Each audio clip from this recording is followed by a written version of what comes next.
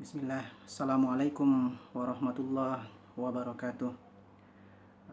Innal hamdalillah nahmanuhu wa nasta'inuhu wa nastaghfiruh wa na'udzu billahi min sururi anfusina wa min sayyiati a'malina.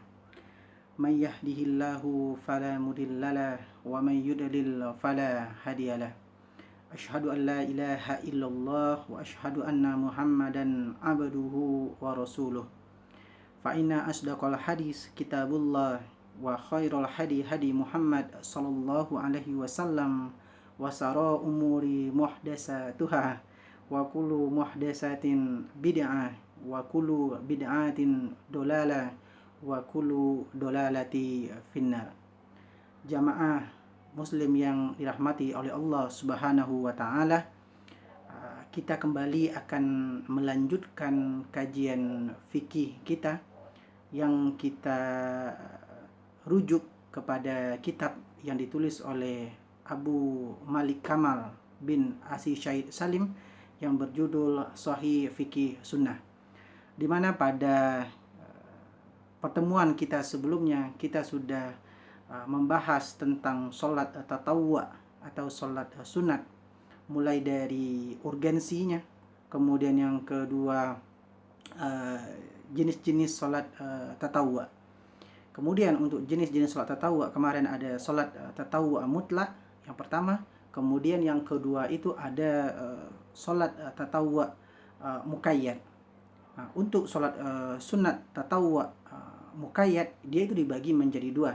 Yang pertama itu ada disebut dengan sholat sunat rawatib. Nah, sholat sunat rawatib ini dia dibagi juga menjadi dua. Pertama ada muakkad, yang kedua ada ghairu muakkad. Nah, kemudian hari ini kita akan melanjutkan kajian kita tentang sholat sunat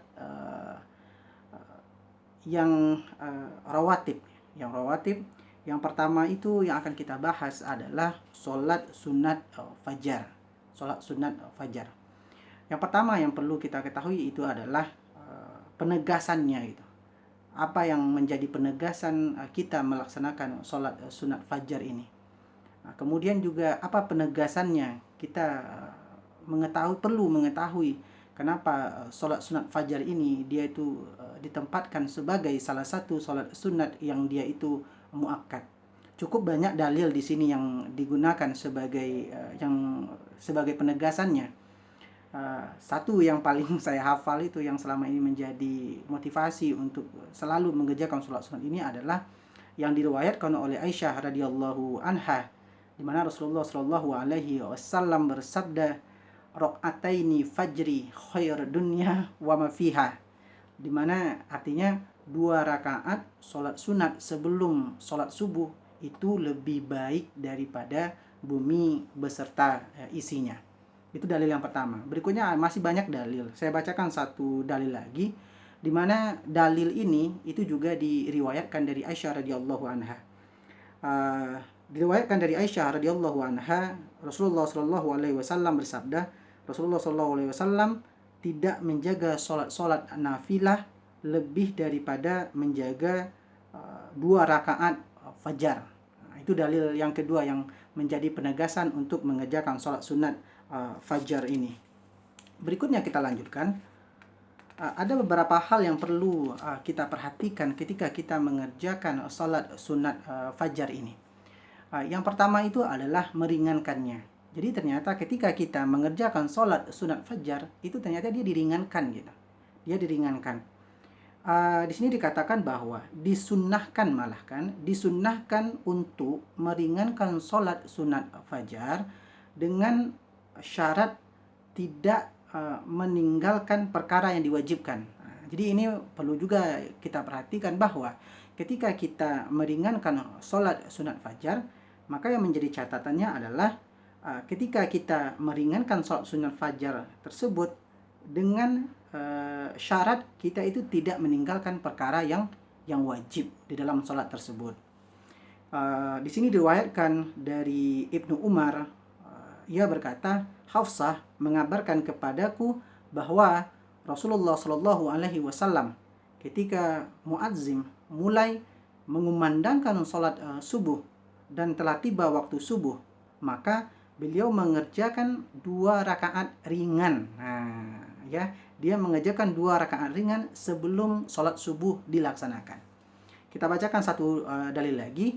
Di sini diriwayatkan dari Aisyah radhiyallahu anha, Nabi Muhammad sallallahu alaihi wasallam mengerjakan sholat 2 rakaat ringan antara azan dan iqamah pada sholat subuh, ya, sholat subuh. Kemudian ketika kita meringankan ini, ada beberapa hal yang perlu kita perhatikan lagi, itu adalah apa bacaan. Nah, kalau kita ringan mengerjakan sholat fajar, tentu orang akan bertanya, apa bacaan yang akan bacaan sholat sunat fajar itu, sehingga dia itu ringan, pendek ya untuk dikerjakan.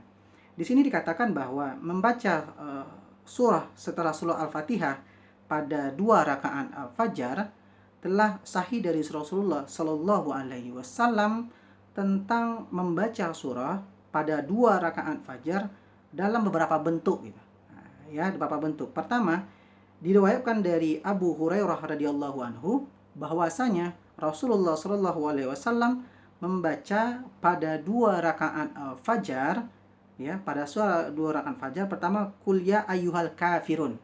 Qul ya al-kafirun berarti adalah surah al-kafirun. Yang kedua adalah Qul huwallahu ahad. Nah, berarti di sini adalah surah Al-Ikhlas. Berarti di dalam sholat subuh yang diringankan tersebut, maka Rasulullah di rakaat pertama itu hanya membaca surah Al-Kafirun. Kemudian di rakaat yang kedua Rasulullah Shallallahu Alaihi Wasallam membaca surah Al-Ikhlas, ya, Al-Ikhlas. Berikutnya, apalagi yang perlu kita perhatikan ketika mengerjakan sholat sunat fajar? Ya, itu tadi ketika kita mengerjakan. Berikutnya, setelah mengerjakan sholat sunat fajar, apa sunnahnya?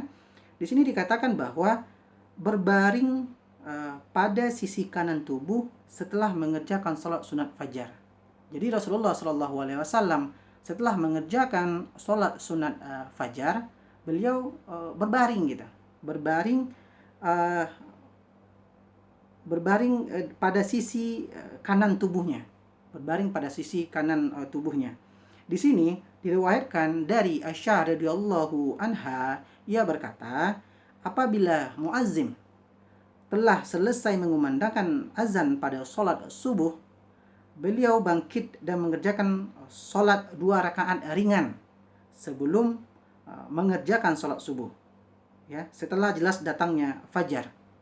Kemudian beliau berbaring pada sisi tubuh sebelah kanan, ya, sebelah kanan, hingga muazim datang mengumandangkan iqamah, ya, hingga muazim datang untuk mengumandangkan iqamah. Ini dia berbaring pada sisi tubuh setelah mengerjakan sholat sunat fajar. Berikutnya, ada beberapa hal lagi yang dibahas di dalam kitab ini. Salah satunya itu adalah tentang mengqadha 2 rakaat sholat sunat fajar. Saya melihat di sini kenapa sholat sunat fajar itu bisa diqadha, itu salah satu karena besarnya keutamaan yang terdapat di dalam sholat tersebut. Di sini dijelaskan bahwa barang siapa yang terluput mengerjakan 2 rakaat fajar dikarenakan uzur, maka disyariatkan baginya untuk mengqadhanya jika telah hilang uzurnya. Nah, jadi tentu kita perlu dasarnya apa, gitu, kalau memang sholat sunat fajar ini bisa dia diqadha. Di sini disebutkan bahwa dalil yang pertama itu adalah hadis dari Abu Hurairah radhiyallahu anhu. Ia berkata, kami bermalam dalam perjalanan bersama Rasulullah Shallallahu Alaihi Wasallam dan kami baru terbangun ketika matahari itu telah terbit. Maka Nabi Muhammad Shallallahu Alaihi Wasallam bersabda, liyakhuzu qulu rajulin bi ra'si rahilati fa inna haza minzu hadarana fihi syaitan. Yang artinya, hendaklah tiap-tiap orang itu memegang tali kekang kendaraannya. Sesungguhnya ini adalah tempat yang telah didatangi oleh syaitan. Nah, kemudian dilanjutkan, kami pun melakukannya. Kemudian beliau meminta air untuk berwudu, kemudian beliau sholat 2 rakaat, kemudian sholat diiqomahkan, lalu beliau melaksanakan sholat subuh. Itu dalil yang mengatakan bahwa sholat sunat fajar itu bisa diqodho ketika ada uzur gitu. Ya, ketika ada uzur. Nah, oke. Jadi sampai di sini dulu ya kajian kita tentang sholat sunat fajar. Berarti satu sholat sunat muakkad telah selesai kita diskusikan, telah selesai kita bahas pada hari ini. Yang pertama tadi adalah sholat sunat fajar. Insya Allah kita akan lanjutkan di lain waktu. Kita tutup pertemuan kita hari ini dengan membaca doa kafaratul majlis. Subhanaka Allahumma rabbana wa bihamdika asyhadu an la ilaha illa anta astaghfiruka wa atubu ilaik. Assalamualaikum warahmatullahi wabarakatuh.